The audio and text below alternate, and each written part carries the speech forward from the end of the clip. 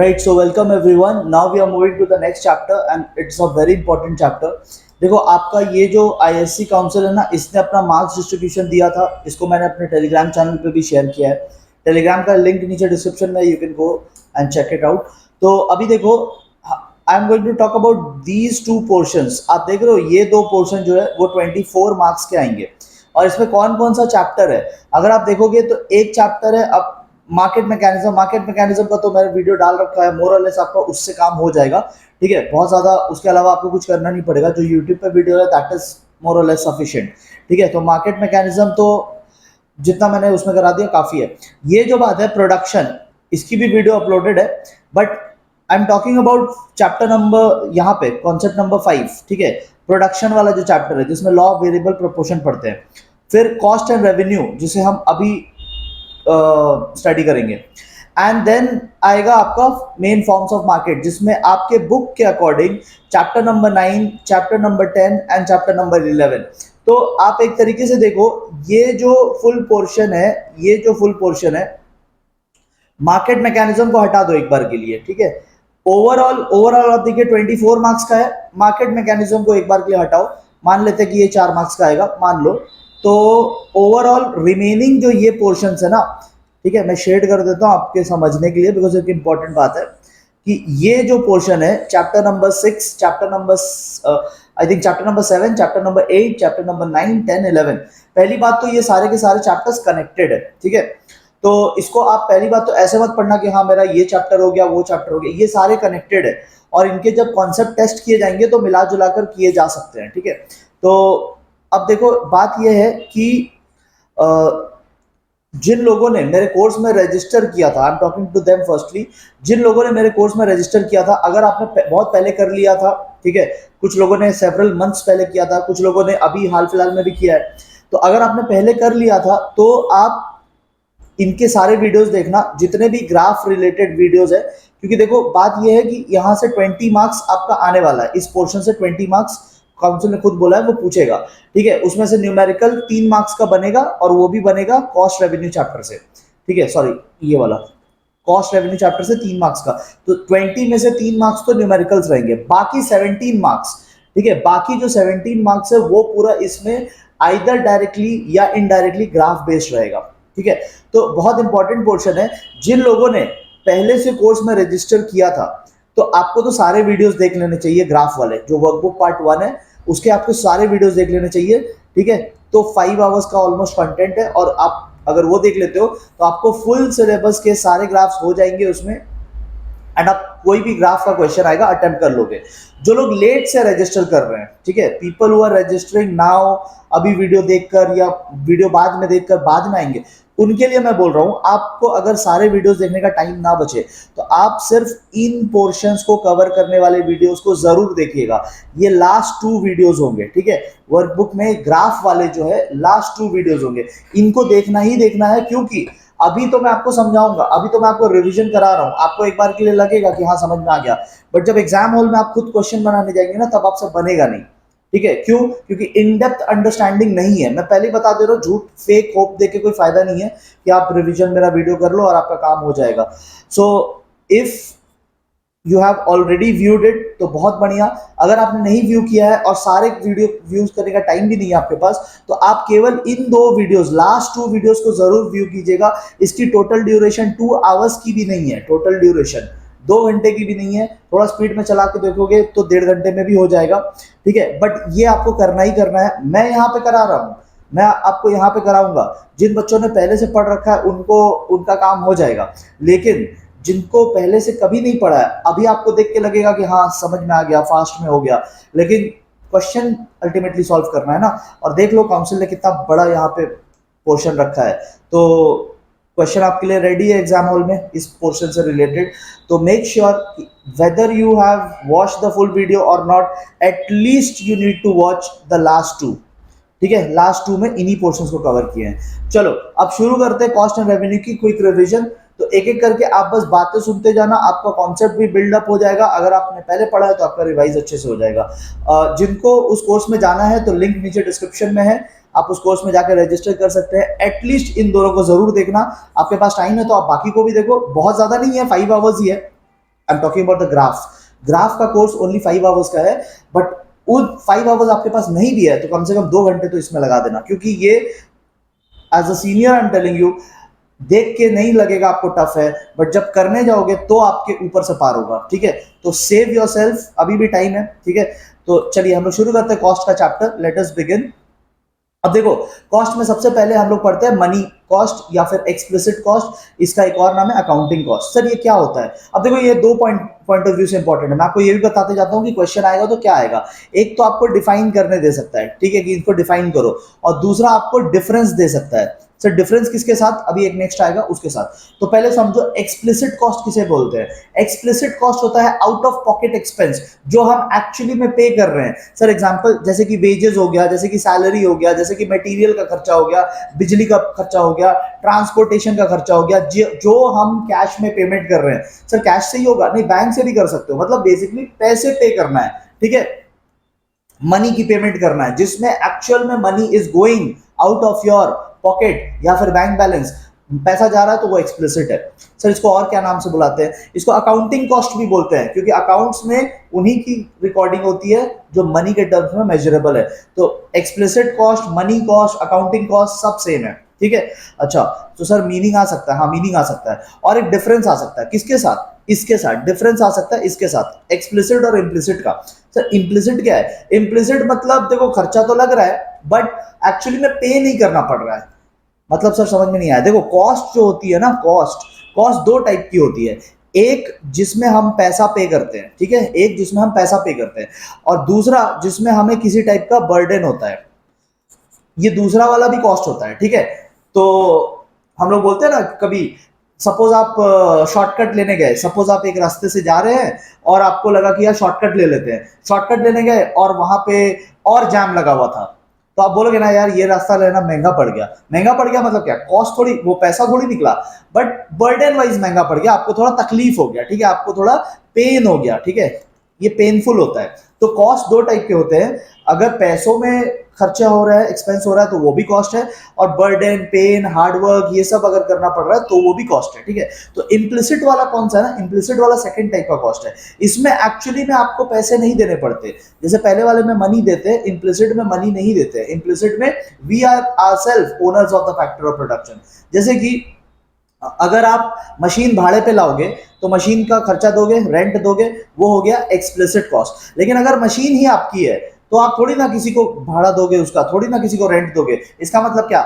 Machine आपका खराब नहीं हो रहा, मशीन आपका पुराना नहीं हो रहा, उसके पार्ट पुर्जे यूज नहीं हो रहे हैं, तो वो उसे कहते हैं इम्प्लिसिट कॉस्ट, ठीक है। इसको हम लोग सिर्फ क्या कर सकते हैं? इसको हम लोग सिर्फ एस्टिमेट कर सकते हैं, एक्चुअल नहीं निकाल सकते, ठीक है। अच्छा, तो इन दोनों का डिफरेंस आ सकता है, तो एग्जाम्पल और मीनिंग आप बता देना, ठीक है। अच्छा, फिर सर इकोनॉमिक कॉस्ट क्या होता है? इकोनॉमिक कॉस्ट होता है इन सबको मिला करके। अगर आप अकाउंटिंग कॉस्ट, अकाउंटिंग यानी एक्सप्लिसिट, और implicit cost including normal profit, अगर आप सबको जोड़ देते हो तो आपको मिलता है economic cost. Sir normal profit मतलब क्या होता है? नॉर्मल प्रॉफिट उतना प्रॉफिट होता है जो कि प्रोड्यूसर को कंटिन्यू करने में हेल्प करेगा, मतलब producer would not stop production, ठीक है, इतना कमा ले रहा है कि बिजनेस कंटिन्यू होगा, ठीक है, बहुत हाई प्रॉफिट भी नहीं है बट सफिशिएंट इनफ है to induce him to undertake production, उसे कहते हैं नॉर्मल प्रॉफिट, ठीक है। फिर आता है real cost. Sir real cost क्या होता है? मैंने बोला ना, हार्ड वर्क, एफर्ट, इन सब की बात हो रही है। तो फिजिकल एंड मेंटल एफर्ट जो लगाना पड़ता है किसी भी काम में, पैसों की यहाँ पे बात नहीं हो रही है। यहाँ पे जैसे आप अभी पढ़ाई कर रहे हैं, ठीक है, आप अभी पढ़ाई कर रहे हैं, दिन रात जाग कर आप पढ़ाई कर रहे हो, हार्ड वर्क दे रहे हो, एफर्ट दे रहे हो, मेंटली एंड फिजिकली दोनों तरफ से आप एफर्ट दे रहे हैं, तो इस एफर्ट को आप बोलोगे रियल कॉस्ट। देखो कोर्स का जो खर्चा लग रहा है, कॉपी पेंसिल का जो खर्चा लग रहा है, आपने मटेरियल जो एग्जाम मटेरियल्स खरीदे उनका जो खर्चा लग रहा है, वो सब तो एक्सप्लिसिट है। बट रियल कॉस्ट क्या हुआ? रियल कॉस्ट हुआ जो आप रात जाग जाग कर पढ़ रहे हैं, ठीक है, पढ़ रहे हो ना, रात जाग जाग कर आप ही से बात कर रहे हैं, नजर कहाँ चुरा रहे हो, तुम्ही से बात हो रही है, तो रियल कॉस्ट है वो, ठीक है। अच्छा, अपॉर्चुनिटी कॉस्ट। अपॉर्चुनिटी कॉस्ट किसको बोलते हैं? अपॉर्चुनिटी कॉस्ट का आप मतलब समझना, अपॉर्चुनिटी लॉस्ट, ठीक है। जैसे कि मैं प्रोडक्ट ए भी बना सकता हूं, मैं प्रोडक्ट बी भी बना सकता हूं, दोनों बना सकता हूं, बट ए बनाने से मुझे 15,000 का फायदा होगा और बी बनाने से मुझे 11,000 का फायदा होगा, ठीक है। दोनों नहीं बना सकते, दोनों नहीं बना सकते। मैं आपको बोलूंगा एक को सिलेक्ट करो, ठीक है, चलो सी भी ले आते हैं, सी बनाने से आपको 12,000 का फायदा होगा। तीनों नहीं बना सकते, एक बना सकते हैं, म्यूचुअली एक्सक्लूसिव है, मतलब you can not select all of them, A B C तीनों में से एक सिलेक्ट करो। आप बोलोगे सर सबसे ज्यादा फायदा तो ए में है, तो ए सिलेक्ट किए, हाँ ए सिलेक्ट किए, तो ए सिलेक्ट करने की वजह से आपने क्या गिव अप कर दिया? आप बोलोगे sir B and C give up कर दिया। ना ना ना, आपने बी एंड सी दोनों गिव अप नहीं किया। अगर ए नहीं होता तो आप तो सी में जाते, तो आपने सी को गिव अप किया, क्योंकि नेक्स्ट बेस्ट तो सी है। तो जो नेक्स्ट बेस्ट ऑल्टरनेटिव होता है ना, जो नेक्स्ट बेस्ट ऑल्टरनेटिव होता है जिसे आप गिव अप करते हैं, उसे हम बोलते हैं अपॉर्चुनिटी कॉस्ट, ठीक है। अच्छा, यहाँ पे अब एक डिफरेंस दिया हुआ है अकाउंटिंग एंड अपॉर्चुनिटी कॉस्ट का, आप एक बार देख लीजिएगा, ठीक है। फिर आता है private cost and social cost. Private cost and social cost क्या होता है? देखो, एक फैक्ट्री है, ठीक है, ये बड़ी ही मशहूर सी फैक्ट्री है, ठीक है, और इस फैक्ट्री से धुआं निकल रहा है, ठीक है, तो अंदर धमाकेदार प्रोडक्शन चल रहा है। अब देखो, बात ये है कि इस फैक्ट्री के अंदर जो भी खर्चे हो रहे हैं, जो भी रॉ मटेरियल, लेबर, जो भी खर्चे हो रहे हैं, तो ये किसका खर्चा है? ये फैक्ट्री वालों का खर्चा है, तो इसे हम कहेंगे प्राइवेट कॉस्ट, ठीक है। फैक्ट्री के अंदर जितना भी खर्चा हो रहा है, रॉ मटेरियल का, लेबर का, इलेक्ट्रिसिटी, वट एवर सारे के सारे खर्चे फैक्ट्री वालों के हैं, ठीक है। ये उनका कैंपस है, ठीक है। अब कैंपस के बाहर क्या हो रहा है? कैंपस के बाहर लोग हैं, दूसरे लोग, ठीक है, हमारे आपके जैसे लोग, ठीक है। अब ये फैक्ट्री वाले क्या करते हैं? ये फैक्ट्री वाले धुआं उड़ा रहे हैं, ठीक है, धुआं धुआं कर रहे हैं पूरा, और ये आसमान में मिल रहा है, सबको ही उसको ब्रीथ कर रहे हैं, ठीक है, सबको इसको ब्रीथ कर रहे हैं, ये दोनों भी ब्रीथ कर रहे हैं। ये फैक्ट्री वाले क्या करते हैं? गार्बेज उठा के बाहर फेंक देते हैं, तो वो बाहर आ रहा है, ठीक है। तो मैंने आपको बोला था ना, कॉस्ट दो टाइप के होते हैं, एक पैसा और दूसरा पेन। तो इन लोगों को क्या हो रहा है? इन लोगों को भी कॉस्ट लग रहा है, इसको कहेंगे एक्सटर्नल कॉस्ट, इसको कहेंगे एक्सटर्नल कॉस्ट। ये पेन वाला कॉस्ट है, इनको कोई पैसा नहीं जा रहा है, ठीक है, बाहर वालों को, सोसाइटी वालों को पैसा नहीं जा रहा, बट इनको पेन हो रहा है, इनको तकलीफें हो रही है, ठीक है। और फैक्ट्री वालों का जो खर्चा है, लेबर, मशीन वगैरह, वो सब उनका प्राइवेट कॉस्ट है, और बाहर वालों का जो है उसे हम कहते हैं एक्सटर्नल। और प्राइवेट और एक्सटर्नल दोनों को मिला दे तो वो हो जाता है पूरे सोसाइटी का सोशल कॉस्ट, ठीक है। तो आई होप आपको समझ में आ गया, सोशल, एक्सटर्नल, प्राइवेट, ठीक है। तो ये पार्ट हमारा कंप्लीट हुआ। यहां से अभी तक मैंने जितना कराया 2 मार्क्स का क्वेश्चन एक्सपेक्टेड है, ठीक है। नाउ अब हम लोग एक बहुत इंपॉर्टेंट पार्ट पे चल रहे हैं, इस पे आपको पूरा फोकस बना के रखना है, ठीक है, क्योंकि बहुत सारी बातें होंगी यहाँ पे। सबसे पहले हम लोग मैं आपको एक कॉन्सेप्ट बता देता हूँ जो प्रीवियस वीडियो में भी बताया था, कि जो फैक्टर्स होते हैं, फैक्टर्स यानी कि फैक्टर्स ऑफ प्रोडक्शन, ठीक है, फैक्टर्स ऑफ प्रोडक्शन, वो चीजें जो हमें प्रोडक्शन करने में हेल्प करती है। शॉर्ट रन में दो टाइप के होते हैं, एक होता है फिक्स्ड फैक्टर, ये सिर्फ शॉर्ट रन का बात कर रहा हूँ, ठीक है, और एक होता है वेरिएबल फैक्टर, ठीक है। तो आपको वहां पे भी बताया था फिक्स फैक्टर चेंज नहीं हो सकता, एग्जांपल मशीन। तो इन पर जो हमें खर्चा लगता है ना, उसे हम कहते हैं फिक्स्ड कॉस्ट। और वेरिएबल फैक्टर्स जैसे कि लेबर, मटेरियल, तो ये सब चीज, तो इन पर जो हमें खर्चा लगता है उन्हें हम कहते हैं वेरिएबल कॉस्ट। तो हमें दो टाइप के कॉस्ट लगते हैं, ठीक है, हमें वेरिएबल कॉस्ट लगता है और फिक्स्ड कॉस्ट लगता है। तो कोई भी प्रोडक्शन हम लोग करेंगे, दो खर्चे तो हमें लगेंगे ही। सर थोड़ा और बता दो ना, इसके बारे में बता देते हैं, आपका हुक्म सर आंखों पर। देखो ये देखो, फिक्स्ड कॉस्ट के बारे में है, fixed cost does not change with the quantity of production. मतलब आप प्रोडक्शन कितना भी करो, फिक्स्ड कॉस्ट को उससे फर्क नहीं पड़ता, ठीक है। तो फिक्स्ड कॉस्ट मतलब फिक्स्ड है, वो लगेगा ही, मंथली मंथली लगेगा ही, ठीक है। जैसे परमानेंट स्टाफ का सैलरी, तो सैलरी हमें मैनेजर को देना है, वो मैनेजर सैलरी लेगा, चाहे प्रोडक्शन 200 यूनिट्स का हो, चाहे 50 यूनिट का हो, चाहे प्रोडक्शन हो ही ना, ठीक है। तो फिक्स्ड कॉस्ट कभी प्रोडक्शन पे डिपेंड नहीं करता। सर मतलब वेरिएबल डिपेंड करता है? यस, वेरिएबल डिपेंड करता है। द वेरिएबल कॉस्ट ये डिपेंड करता है लेवल ऑफ आउटपुट पे। तो बहुत इंपॉर्टेंट पॉइंट है, अगर आपको डिफरेंस आ गया तो आप एक डिफरेंस तो ये वाला बताएंगे, दूसरा डिफरेंस में आप एग्जांपल बता सकते हैं, ठीक है। अच्छा सर एक और कुछ और बात बता दो। हाँ बता देते हैं। देखो फिक्स्ड कॉस्ट और वेरिएबल कॉस्ट दोनों को जब आप जोड़ देते हैं तो पता है क्या मिलता है? नहीं सर नहीं पता। टोटल कॉस्ट मिलता है, टोटल कॉस्ट। जब आप इन दोनों को जोड़ देते हो ना तो आपको मिलता है टोटल कॉस्ट। सर लेकिन आप फिक्स्ड और वेरिएबल बोल रहे हो, बुक में तो TFC और TVC लिखा रहता है, तो लिख लो, कोई दिक्कत नहीं है। टोटल वाले में लिखना और नहीं लिखना ऐसा कोई कंपलसरी नहीं होता, ठीक है। एवरेज में A लिखना पड़ता है, मार्जिनल में M लिखना पड़ता है, टोटल लिखो या नहीं लिखो एक ही बात है, ठीक है। तो दो टाइप के कॉस्ट होते हैं और इनको जोड़ देने से आपको टोटल कॉस्ट मिल जाएगा। सर ये सब तो छोटी बात है, आप ग्राफ बताओ। देखो ग्राफ पे आते हैं, ठीक है। देखो सबसे पहले टोटल फिक्स्ड कॉस्ट की ग्राफ की बात कर रहे हैं, ये मिडिल वाला, ठीक है। अब देखो फिक्स्ड कॉस्ट कभी भी चेंज नहीं होता है, ठीक है। तो आप प्रोडक्शन 0 यूनिट कीजिए, 1 यूनिट कीजिए, 2 यूनिट कीजिए, 3 यूनिट, कितना भी यूनिट्स कर लो, आपका अगर फिक्स्ड कॉस्ट ₹60 है, तो एवरी यूनिट पे वो ₹60 ही रहेगा। आप कितना भी बनाइए, आप सबको ज्वाइन कराना, आपका हॉरिजॉन्टल स्ट्रेट लाइन आएगा।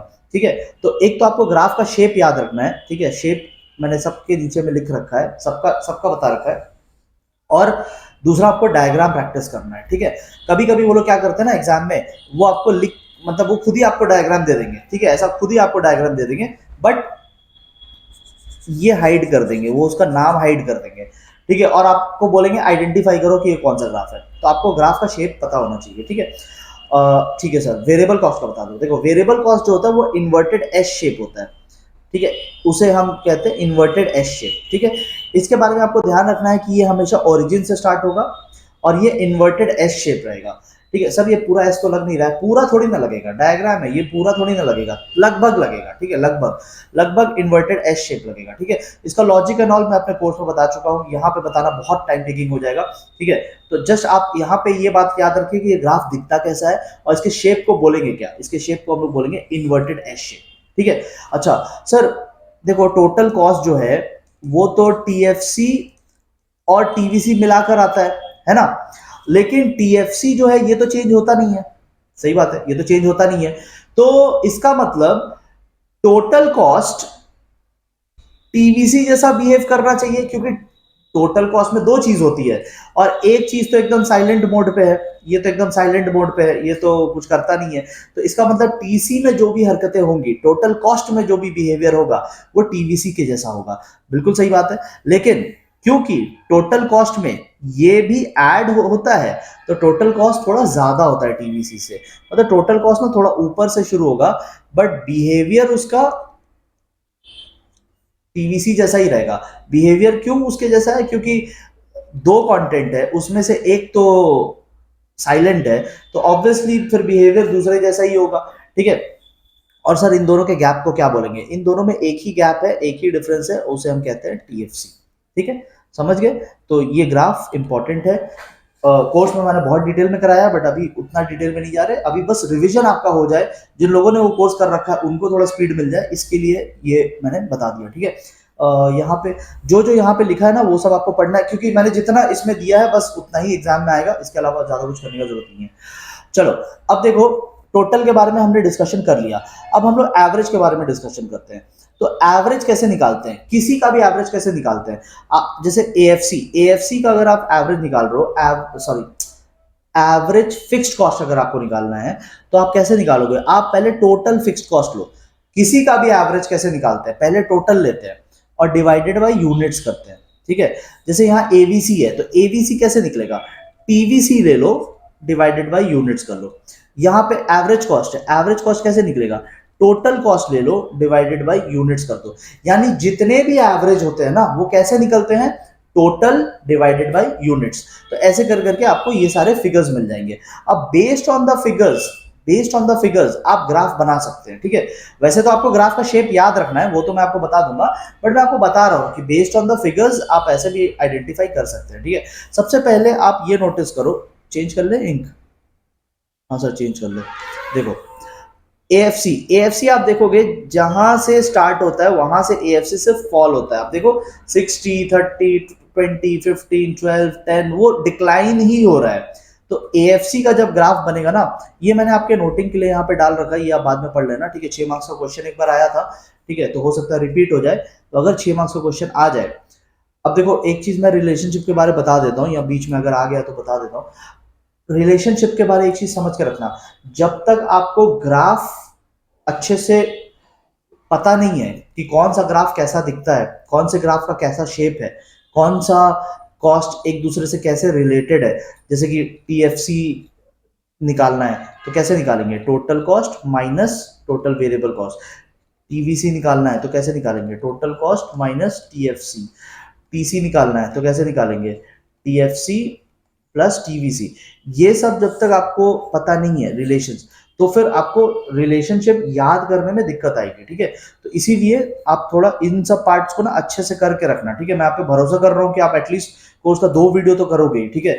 अगर आप नहीं करते तो फिर आप ही का लॉस हो जाएगा, यहाँ पे आपका 20 नंबर चला जाएगा, बिकॉज ये पूरा पोर्शन 20 नंबर का है। आगे आने वाले सारे पोर्शंस कनेक्टेड है, तो थोड़ा देख लेना, ठीक है। अगर आप मैनेज कर सकते हैं तो वेल एंड गुड, नहीं मैनेज कर सकते तो आप कर लो एक बार, आपको फायदा होगा। अभी देखो ये पूरा फॉल हो रहा है। अच्छा, रिलेशनशिप की बात कर रहा था। रिलेशनशिप ये है कि आपको ग्राफ याद रखना चाहिए। ग्राफ याद है तो रिलेशनशिप में कुछ भी नया नहीं लिखा है, बस 6 पॉइंट डाले हुए हैं, ठीक है। 6 पॉइंट डाले हुए हैं, आप जब पढ़ोगे तो उसमें आपको कुछ भी नया नहीं मिलेगा। Coming back to the graph, तो एएफसी का मैं बोल रहा था, ये ऑल थ्रू आउट फॉल होता है। तो इसका ग्राफ कैसा बनेगा, ये देखो, ये है एएफसी का ग्राफ। एएफसी का graph all through out fall होता है, ठीक है। थोड़ा हाईलाइट कर दे, देखिए एएफसी का ग्राफ जो है ऑल थ्रू आउट फॉल हो रहा है, ठीक है। इससे ऐसे शेप के ग्राफ को हम लोग क्या बोलते हैं, रेक्टेंगुलर हाइपरबोला। सर एग्जाम में आया था, रेक्टेंगुलर हाइपरबोला ये क्या होता है। देखो रेक्टेंगुलर हाइपरबोला क्या होता है ना, कि अगर इस ग्राफ के नीचे आप रेक्टेंगल्स बनाओगे ना, अगर आप ग्राफ के नीचे रेक्टेंगल्स बनाएंगे, जैसे ये एक रेक्टेंगल हो गया, है ना, या फिर आप कोई दूसरा रेक्टेंगल बना लो, जैसे ये भी एक रेक्टेंगल हो गया, ठीक है, this is also a rectangle, या फिर आप कोई और रेक्टेंगल बना लो। मतलब आप जितने भी रेक्टेंगल्स बनाओगे ना, सबका एरिया सेम आएगा। तो अगर कोई ग्राफ जिसके अंडर में कितने भी रेक्टेंगल्स बना लीजिए, अगर एरिया सेम आता है, तो ऐसे ग्राफ्स को हम लोग बोलते हैं रेक्टेंगुलर हाइपरबोला। सर ये आंसर लिखा दो ना, ये यहाँ लिखा हुआ है, आपके लिए लिखा हुआ है, सब कुछ लिखा हुआ है, ठीक है। ये वही वर्कबुक के ही नोट्स है जो मैं यहाँ पे दिखा रहा हूँ, सो दैट आपको 4 बार अलग अलग नोट्स ना देखना पड़े, एक ही चीज देखो। और जैसा कि मैंने बोला, इसके बाहर का कुछ नहीं करना होगा, डू ओनली दिस मच, ठीक है। अच्छा, अब देखो, अब हम लोग बाकी ग्राफ्स को टेकअप करते हैं, तो यहाँ पे पे अटेंशन। बाकी ग्राफ्स का देखिए, देखो average variable cost, let's talk about average variable cost. अब एवरेज वेरिएबल कॉस्ट ये क्या होता है ना, ये डिक्लाइन होता है फिर ये राइज होगा, ठीक है। ये डिक्लाइन होता है फिर ये राइज होगा। तो आप देखोगे कि एक पार्ट तक ये डिक्लाइन हुआ, ठीक है, और उसके बाद फिर ये राइज होना शुरू होगा। जितना आप आगे जाओगे ना, ये और राइज होना स्टार्ट होगा। तो ये पहले डिक्लाइन होगा एंड देन फिर राइज होगा, ठीक है। तो इसका शेप क्या बनेगा, पहले डिक्लाइन होगा फिर ये राइज होगा, एवीसी। अच्छा, एसी भी वैसा ही होता है, पहले डिक्लाइन होता है। देखो हमने फिगर ऐसा लिया है ना कि वो अभी तक डिक्लाइन ही हो रहा है, बट एक्चुअली अगर हम 7, 8, 9, 10 आगे बढ़ेंगे ना, तो फिर ये राइज होना भी स्टार्ट हो जाएगा, ठीक है। तो एसी के साथ भी वैसा ही होता है, वो पहले डिक्लाइन होता है एंड फिर राइज होता है, ठीक है। एसी का ग्राफ ऊपर से बनता है, थोड़ा ऊपर से, ये हो गया एसी का ग्राफ, ये हो गया एवीसी का ग्राफ। तो ये भी डिक्लाइन होगा एंड ऊपर बढ़ेगा। मार्जिनल के साथ देखोगे ना, तो मार्जिनल का ग्राफ भी पहले डिक्लाइन होता है। ये तीनों पहले डिक्लाइन होंगे, ऑल 3 ऑफ देम, और उसके बाद फिर राइज होना शुरू हो जाएंगे। तो मार्जिनल का ग्राफ भी वैसे ही होता है, U shape, all 3 of them. अगर आप नोटिस करेंगे, अगर आप नोटिस करेंगे ऑल 3 ऑफ देम, ये एवरेज कॉस्ट हो गया यू शेप, ये एवरेज वेरिएबल कॉस्ट हो गया यू शेप, ये मार्जिनल कॉस्ट हो गया U shape. All 3 of them will decline first and then they will rise. Sir ऐसा क्यों होता है, यू शेप क्यों होता है। मान लो आपको 2 मार्क्स के लिए पूछ दिया एग्जाम में, ठीक है, या इनका किसी का भी शेप का पूछ दिया। देखो पास्ट एग्जाम में पूछा है, आपके सैंपल क्वेश्चन पेपर में भी पूछा है। तो अगर ये क्वेश्चन आता है, what is the shape of, देखो मान लो क्वेश्चन आता है, what is the shape of किसी का भी, एवीसी या फिर एसी या फिर एमसी, तीनों में से किसी का भी पूछ दिया, तीनों में से किसी का भी पूछ दिया, आप 2 बातें बताएंगे। 1 मार्क का क्वेश्चन आया था सैंपल पेपर में, बट पास्ट एग्जाम में ना 2 मार्क्स का भी आया हुआ है, और 3 मार्क्स का आएगा तो क्या करेंगे वो भी बताता हूँ। देखो सबसे पहली बात आप बोलोगे यू शेप, ठीक है, सबसे पहले आपसे पूछा ना कौन सा शेप है, आप बताओगे यू शेप। दूसरी बात क्या बताओगे, यहाँ पे आपको 1 नंबर मिल जाएंगे। दूसरी बात आप क्या बताओगे, दूसरी बात बताओगे it is due to law of variable proportion, due to law of variable proportion है। सर ये तो पिछले चैप्टर में था, मैंने बोला ना सारे चैप्टर्स कनेक्टेड है, वही तो मैं डेप्थ में कराया है, सबको डेप्थ में कराया, आपको कनेक्ट करके कराया कि पिछले चैप्टर से कैसे कनेक्टेड है।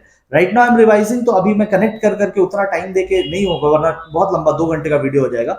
तो आप बस याद रखो कि ये शेप क्यों होता है, ये शेप ऐसा होता है due to law of variable proportion. And number 3 बात सर क्या करेंगे, नंबर 3 अगर 3 मार्क्स का आया, मेरे को नहीं लगता 3 मार्क्स का आएगा, अगर आता है तो आप एक डायग्राम बना दोगे, ठीक है, अगर 3 मार्क्स का आता है तो आप एक डायग्राम बना दोगे इनका, किसी का भी, मतलब जिसका भी क्वेश्चन आएगा डायग्राम बना दोगे। तो एक बताओगे यू शेप, एक बताओगे reason, law of variable proportion, और तीसरा अगर 3 मार्क्स का आया तो आप डायग्राम बना देंगे, बस आपको मार्क्स मिल जाएगा। ठीक है, इस पार्ट से आपको इतना ही याद रखना है। हाँ, एक और बात आपको याद रखना है, वो है एसी और एवीसी के बारे में। देखो एवीसी यू शेप होता है, this is AVC, average variable cost, और एसी जो होता है वो भी यू शेप होता है। ठीक है, this is also U shape. But आप एक चीज नोटिस करना, इन दोनों ग्राफ में शुरू में ना इन दोनों का डिस्टेंस ज्यादा होता है और धीरे धीरे इन दोनों का डिस्टेंस कम होता है। तो ऐसा क्यों? बिकॉज इन दोनों का जो डिफरेंस है वो है एएफसी। देखो दिस इज एवीसी, और एसी कैसे आता है? एसी आता है एएफसी प्लस एवीसी, दो चीजों को मिला के। तो देखो एवीसी तो नीचे भी था और एवीसी ऊपर भी है, that is not a difference, that is the common thing. AVC नीचे भी है, एवीसी ऊपर भी है, बट ऊपर एक चीज एक्स्ट्रा है, मतलब इन दोनों में एक ही फर्क है और वो है एएफसी का। तो this gap which you are seeing is average fixed cost, और एवरेज फिक्स्ड कॉस्ट का ग्राफ देखो लगातार गिरता है, दैट इज वाई इनका डिफरेंस भी लगातार गिरता है, but it will never become zero. Sir ये कहीं लिखा है क्या? हाँ यहाँ पे लिखा है, ठीक है, ये शेड करके लिखा है। मैंने बोला है आपको इसके बाहर का कुछ नहीं करना है, जो यहाँ पे लिखा है बस इतना करके चले जाओ, आपको एग्जाम में इससे बाहर का कुछ भी नहीं आएगा। ठीक है, so this was about cost chapter. Basic concepts मैंने सारे कवर करा दिए हैं। इसके बाद न्यूमेरिकल्स है। ठीक है, न्यूमेरिकल का वीडियो अनलॉक्ड है। ठीक है, आपको बता देता हूं आपकी खुशखबरी के लिए, जो मेरे ऐप में कोर्स है जिसका लिंक नीचे डिस्क्रिप्शन में है, जिसमें से मैं आपको बोल रहा हूँ ग्राफ का 2 वीडियो कर लेना लास्ट का, उसका अगर आप स्टोर सेक्शन में जाएंगे ना, ऐप के स्टोर सेक्शन में, तो आपको ये कोर्स मिलेगा। ठीक है, you will get this course, booster course नाम लिखा होगा। उस कोर्स के आप कंटेंट में जाना, कंटेंट में जाकर आप वर्कबुक पार्ट 2 पे जाना। ठीक है, वर्कबुक पार्ट 2 1 जो है वो ग्राफ के बारे में है, 2 जो है वो न्यूमेरिकल्स के बारे में है। पार्ट 2 में जाओगे ना, उसमें वीडियो नंबर 1 वो अनलॉक्ड है, कोई भी देख सकता है, चाहे आपने परचेज किया चाहे नहीं परचेज किया, दोनों कोई देख सकते हैं। उसमें मैंने इस चैप्टर का न्यूमेरिकल आपको कराया है। ठीक है, तो न्यूमेरिकल आपको देखना है, क्योंकि मैंने बोला है 3 मार्क्स का न्यूमेरिकल यहां से आएगा। ठीक है, 2 या 3 मार्क्स का तो आएगा ही, आई थिंक 3 मार्क्स का आएगा, तो अपने 3 मार्क्स को सिक्योर कर लो। ठीक है, go and get your 3 marks secured. ठीक है, हार्डली 15 मिनट उसमें लगेगा, हार्डली 15 मिनट लगेगा, बट उसी में से आएगा, जो कॉन्सेप्ट आएंगे उसी में से आएंगे। मैं ये नहीं बोल रहा कि वही सम आएगा, मैं बोल रहा हूँ वो कॉन्सेप्ट आएगा जो मैंने वहां बताया। ठीक है, ये कोई भी जाके देख सकता है। This is workbook part 2। Workbook part 1 आपको देखना है तो वो भी आपको इसी में मिल जाएगा। ठीक है, बट वो now we are moving to revenue portion. ठीक है, तो कॉस्ट से रिलेटेड जितने भी इंपॉर्टेंट पोर्शंस थे उसकी मैंने आपको रिवीजन करवा दी है। कॉस्ट में शुरू के पार्ट्स में डेफिनेशन आता है। ठीक है, जो हमने डेफिनेशन वाला पार्ट देखा, ठीक है, ये सब पार्ट, तो जो शुरू में डेफिनेशन आता है, यहां से 2 मार्क्स का क्वेश्चन आपको आ सकता है। मेजर चंक का जो क्वेश्चन आएगा वो आपको ये सब पोर्शन से आएगा। ठीक है, और इन सब पोर्शन से आएगा। Basically these are the portion जहां से मेजॉरिटी पोर्शन आपको क्वेश्चन मिलेंगे। अगर आपको यहां से डायरेक्टली क्वेश्चन नहीं भी मिलता है तो आगे जाके क्वेश्चन मिलेगा, बिकॉज आगे आने वाले जो चैप्टर है वो मार्जिनल कॉस्ट पे ही बेस्ड है। तो अभी आगे इनके कॉन्सेप्ट्स और भी आएंगे फ्यूचर चैप्टर्स में। ठीक है, तो ये सब पोर्शन था। Now we are moving to revenue, और एक सम वाला पोर्शन था। सम मैंने आपको बोला 3 मार्क्स का आएगा, वो आप वीडियो से देख लेना, नीचे जो लिंक है डिस्क्रिप्शन में ऐप का, आप वहां से जाके अनलॉक्ड है, आप देख सकते हैं, 3 मार्क्स आपके वहां कंफर्म हो जाएंगे। ठीक है, रिमेनिंग पार्ट जो इस चैप्टर से इंपॉर्टेंट है वो मैं आपको यहाँ पे करा देता हूँ। ठीक है, आप देखोगे मैंने इस पेज को 2 पार्ट में बांट रखा है। ठीक है, आप देखो यहाँ पे मैंने इस पेज को 2 हिस्सों में बांट रखा है, देख रहे हो, ये पेज 2 पार्ट्स में डिवाइडेड है। ठीक है, तो there are 2 types of market. Market के बारे में नेक्स्ट वीडियो में हम लोग करेंगे, इन डिटेल करेंगे, जो हमारा नेक्स्ट रिवीजन वीडियो आएगा। But as of now I am telling you 2 type के मार्केट होते हैं। सबसे पहले हम लोग परफेक्ट मार्केट की बात करते हैं, परफेक्ट कॉम्पिटिशन। ठीक है सर, परफेक्ट कॉम्पिटिशन क्या होता है? परफेक्ट कॉम्पिटिशन एक ऐसा मार्केट होता है जहां पे हमें प्राइस रिड्यूस नहीं करना पड़ता है टू सेल मोर यूनिट्स। मतलब जैसे कि अगर मैं यूनिट सेल कर रहा हूं, अभी रेवेन्यू पे आ गया, रेवेन्यू मतलब कमाई। ठीक है, रेवेन्यू मतलब अर्निंग, अर्निंग तो तब होगी ना जब हम लोग सेल करेंगे। तो मान लो मैं 1 यूनिट, 2 यूनिट, 3 यूनिट, सपोज पानी की बोतल सेल कर रहे हैं। ठीक है, बिस्लरी की बोतल हम लोग 20 रुपीज वाली सेल कर रहे हैं, तो price is how much? Sir price is 20, तो प्राइस 20 है, तो 20 ही रह जाएगा। प्राइस चेंज करने की आपको जरूरत नहीं पड़ेगी, ठीक है। सो जहां पे प्राइस स्टैग्नेंट रहता है उसे हम कहते हैं परफेक्ट कंपटीशन मार्केट, यहां पे प्राइस चेंज नहीं होता है। तो आपकी टोटल रेवेन्यू कितनी होगी, मतलब टोटल कमाई कितना होगा। अगर 20 रुपए वाले बॉटल आपने एक बेचा तो आपको 20 रुपीज कमाई होगा। अगर आपने दो बेचा तो आपको 40 रुपीज कमाई होगा। अगर आपने तीन बेचे तो आपको 60 रुपीज कमाई होगा, ठीक है, समझ गए। अच्छा, अब मैं आपको बोलता हूं एवरेज रेवेन्यू आपका कितना होगा। सर एवरेज मतलब टोटल डिवाइडेड बाय यूनिट्स, ठीक है, टोटल डिवाइडेड बाय यूनिट्स। तो आप देखो total is 20 divided by unit, 20/1 20 आएगा। 40 डिवाइडेड बाय 2, 40/2 फिर से 20 आएगा। 60 divided by 3, 60 divided by 3 again 20 आएगा, ठीक है। तो आप एक चीज नोटिस करोगे कि प्राइस और एआर ना सेम आया, दोनों केसेस में प्राइस और एआर सेम आया, ठीक है। और एक होता है मार्जिनल रेवेन्यू, मार्जिनल का मतलब होता है चेंज इन टोटल, टोटल में कितना से चेंज आ रहा है, ठीक है। तो आप देखोगे कि इससे पहले तो हमारा रेवेन्यू जीरो हुआ होगा जब हम लोग कुछ नहीं बेच रहे थे। जब हमने 0 यूनिट सेल किया था तब कितना कमाए थे, कुछ नहीं कमाए थे। जैसे ही हमने पहला यूनिट सेल किया तो 0 से कहां पहुंच गए, 20 पे पहुंच गए। तो 20 हमारा पहला मार्जिनल हो गया। फिर 20 से कहां गए, 40 पे गए, तो अगेन 20 का इंक्रीज हुआ। फिर 40 से कहां पे गए, 60 पे गए, तो अगेन 20 का इंक्रीज हुआ। तो 20 करके हम लोग आगे बढ़ रहे हैं।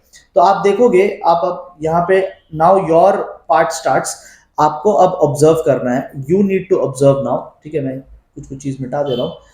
तो अब आप देखो, अब आपका ऑब्जर्वेशन काम में आएगा, ठीक है। Now your observation will come into play. तो अब आप नोटिस करेंगे कि जो हमारी प्राइस है, ठीक है, जो हमारे एवरेज रेवेन्यू है, ठीक है, और जो हमारा मार्जिनल रेवेन्यू है, ऑल थ्री ऑफ देम ये सेम रह जाता है। कहां पे, परफेक्ट कंपटीशन में। इसीलिए इनका ग्राफ जो है हॉरिजॉन्टल स्ट्रेट लाइन होता है। जैसे वहां फिक्स्ड कॉस्ट था ना, टोटल फिक्स कॉस्ट सेम रह जाता था, तो हम लोग एक हॉरिजॉन्टल स्ट्रेट लाइन बनाते थे। वैसा ही ये है, परफेक्टली इलास्टिक, ठीक है, एकदम सेम फिक्स्ड रह जाएगा, हॉरिजॉन्टल स्ट्रेट लाइन इसका ग्राफ बनेगा तीनों का। आप देखो यहाँ पे तीनों लिखा हुआ है, प्राइस, एआर, एमआर, तीनों सेम। बट आप टोटल पे नोटिस करो, टोटल क्या है ना, एक अच्छी स्पीड से बढ़ रहा है, 20, 40, 60, 80, 100, 120, तो ये 20-20 करके एक रेगुलर स्पीड से बढ़ रहा है। तो इसका ग्राफ जो है ना एकदम वर्टिकल स्ट्रेट लाइन ऊपर की तरफ जाता है। ये आएगा आगे आने वाले चैप्टर में फिर से आएगा, तो अभी इसको स्ट्रॉन्ग कर लो। स्ट्रॉन्ग करने का है ही क्या, इसमें कुछ है ही क्या, ठीक है, सिंपल सा तो है। मेन तो कॉस्ट का खेल है, ये तो बड़ा सिंपल सा है, ठीक है। तो बट ये आएगा आगे आने वाले चैप्टर में, पहले बता दे रहा हूँ, सो इग्नोर करके मत जाना, ये आएगा आगे, ठीक है। फिर डेफिनेशन इंपॉर्टेंट है क्या, डेफिनेशन इंपॉर्टेंट नहीं है, फॉर्मूलाज इंपॉर्टेंट है, सम में काम आएगा। सम का वीडियो आप देख लेना इस वीडियो के बाद, वो ऐप में जाके देख लेना, ठीक है, पहला वीडियो। अब इम्परफेक्ट पे चलते हैं, ठीक है सर, चलो देखो इम्परफेक्ट वाले में, मिटा दे क्या, चलो मिटा देते हैं। ध्यान देना, इम्परफेक्ट वाले में, इम्परफेक्ट वाले में क्या होता है, अगेन यूनिट्स, 1 2 3 शॉर्ट एग्जांपल ले रहे हैं, ठीक है। प्राइस, अब देखो वहां पे क्या था ना, वहां पे प्राइस फिक्स था, बट यहाँ पे प्राइस फॉल करना पड़ेगा। मतलब जब भी आप ज्यादा बेचना चाहेंगे ना, you will have to reduce the price. जब भी आप ज्यादा बेचना चाहोगे आपको प्राइस घटाना पड़ेगा।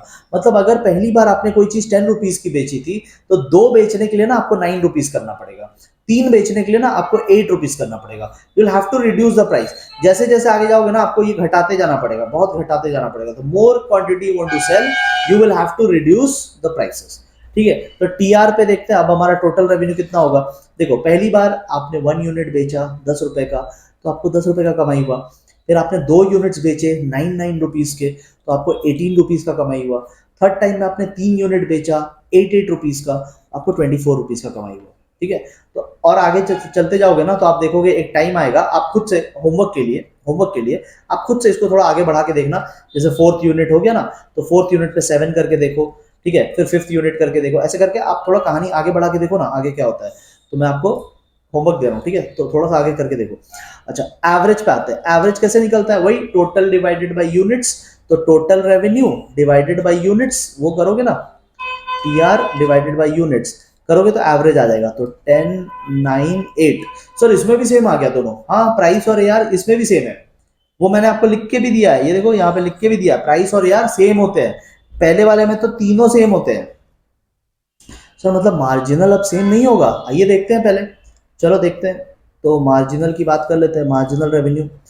तो मान लेते हैं कि यूनिट वन से पहले आपने कुछ नहीं बेचा था, ऑब्वियस तो बात है, वन यूनिट से पहले क्या बेचे होगे, कुछ नहीं। तो टोटल रेवेन्यू कितना हुआ होगा, कुछ नहीं। तो पहली यूनिट बेचने पे आपकी कमाई कितनी हुई सर, 10 हुई, 10 हुई, ठीक है। अच्छा, दूसरे यूनिट बेचने पे आपकी कमाई कितनी हुई, 18, मतलब कितने से चेंज आया, 8, 8 से चेंज आया। तीसरे यूनिट बेचने पे कितने से चेंज आया, 6। तो अफसोस की बात है कि जहां पिछले कॉन्सेप्ट में, परफेक्ट कंपटीशन में, प्राइस, एआर एंड एमआर तीनों सेम होते थे, इस बार एमआर सेम नहीं है। तो इनपरफेक्ट कंपटीशन में एमआर सेम नहीं होता है।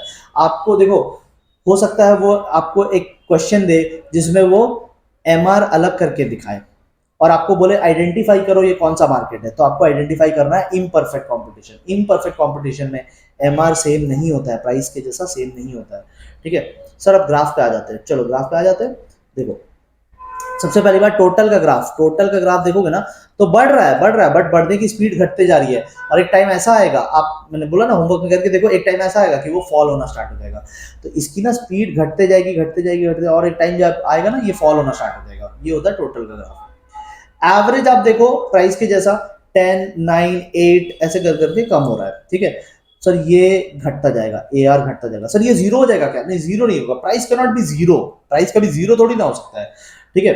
तो कोई भी रैशनल प्रोड्यूसर, मतलब दुकान है, कोई लंगर थोड़ी बांट रहे हैं, फ्री में नहीं दे सकते ना। तो प्राइस कुछ ना कुछ तो रहेगा, तो ये कभी भी जीरो नहीं होगा। क्वेश्चन आ सकता है कि क्या क्या ए आर कभी जीरो होगा, क्या एवरेज रेवेन्यू कभी जीरो होगा, average revenue can never be zero, ठीक है। अच्छा, मार्जिनल, मार्जिनल को देखो, मार्जिनल ना कुछ ज्यादा ही स्पीड से गिर रहा है। आप देखिए एवरेज 10 था, मार्जिनल भी 10 था, दोनों 10 थे, बट एवरेज 9 पे आया, मार्जिनल 8 पे आ गया, डबल चेंज हो गया। एवरेज 8 पे आया, मार्जिनल 6 पे आ गया, और डबल चेंज हो गया। तो मार्जिनल को ना ज्यादा तेजी है गिरने की, वो तो देखो भाई, वो तो अपना नीचे तक नेगेटिव तो चला गया। तो ये कुछ प्रॉपर्टीज है ग्राफ के, जिसको जिसको आपको याद रखना है। जितनी भी बातें मैंने यहाँ पे बोली है और थोड़ी बहुत एडिशनल बातें, वो यहाँ पे मैंने आपको लिख करके दिया है, ठीक है। तो आपको बस कॉस्ट रेवेन्यू चैप्टर से जितना मैंने यहाँ पे दिखाया है उतना करना है, रिलेशनशिप्स आपको कर लेने हैं, ठीक है। एंड मेरे मेरे बात एक बार मान लो तो आपको लास्ट 2 वीडियोस वर्कबुक के पार्ट 1 का जरूर करना चाहिए, क्योंकि कॉन्सेप्ट स्ट्रॉन्ग करने के लिए वो बहुत ज़्यादा ज़रूरी है। ये तो रिवीजन वीडियो है, आपको शायद नहीं समझ में आए, मैं एज अ टीचर आपको बोल रहा हूँ, मुझे पता है कि ये सफिशिएंट एग्जाम पर्पस के लिए तभी हो पाएगा अगर आपने, या तो पहले से आप बहुत अच्छा पढ़ के रखे हैं तो फिर अलग बात है, आपकी प्रिपरेशन पहले से बहुत अच्छी है तो फिर अलग बात है। बट अगर आप एवरेज स्टूडेंट या बिलो एवरेज स्टूडेंट थे तो फिर आपके लिए इतना करना, ये बस आपको लगेगा कि हाँ मेरा हो गया, कॉस्ट चैप्टर हो गया, बहुत कम टाइम में हो गया, बट एक्चुअली में आपको प्रॉब्लम आएगा, ठीक है। और तब तक फिर बहुत देर हो जाएगी, ठीक है। तो क्या फायदा उतना टाइम आगे जाकर रियलाइजेशन होने का, ठीक है। एटलीस्ट 2 वीडियो देख लो, एटलीस्ट 2, अगर आपके पास टाइम है तो आप सारा देखिए, 5 आवर्स का है ग्राफ वीडियोस, ओनली 5 आवर्स का है। बट अगर आपको लगता है कि नहीं बहुत लेट हो गया, मैथ्स एग्जाम देकर आए, हमें तो पता भी नहीं था, बहुत लोग मैथ्स एग्जाम देकर देखेंगे, तो आपको लगेगा कि यार बाकी लोगों ने तो 8 दिन देखा, हमें तो बस 3 दिन का टाइम टाइम मिल रहा है, 3 दिन में 2 घंटे तो निकाल सकते हो, ठीक है। बाकी मर्जी आपकी, मेरे को ऐसा लगता है कि वो लास्ट 2 वीडियोस आपको जरूर देखना चाहिए, बाकी मर्जी आपकी है, ठीक है। अगर आपकी प्रिपरेशन अच्छी है तो बहुत अच्छा।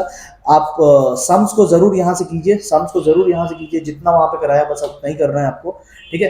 कुछ एक्स्ट्रा पोर्शंस मैंने वहां पे डिटेल में जाके समझाया है, जो यहाँ पे मैं थोड़ा फास्ट गया हूँ बिकॉज रिविजन है ऑफ कोर्स, तो डिटेल में वहां पे समझाया है। और बस इसको स्ट्रॉन्ग करके रखना, तो ही फिर आप आगे वाला जो chapter number 9, chapter number 10, chapter number 11, फिर हमारा माइक्रो खत्म हो जाएगा, फिर मैक्रो पे चलेंगे। माइक्रो थोड़ा ग्राफ को लेके ज्यादा परेशान करता है। Thank you so much everyone.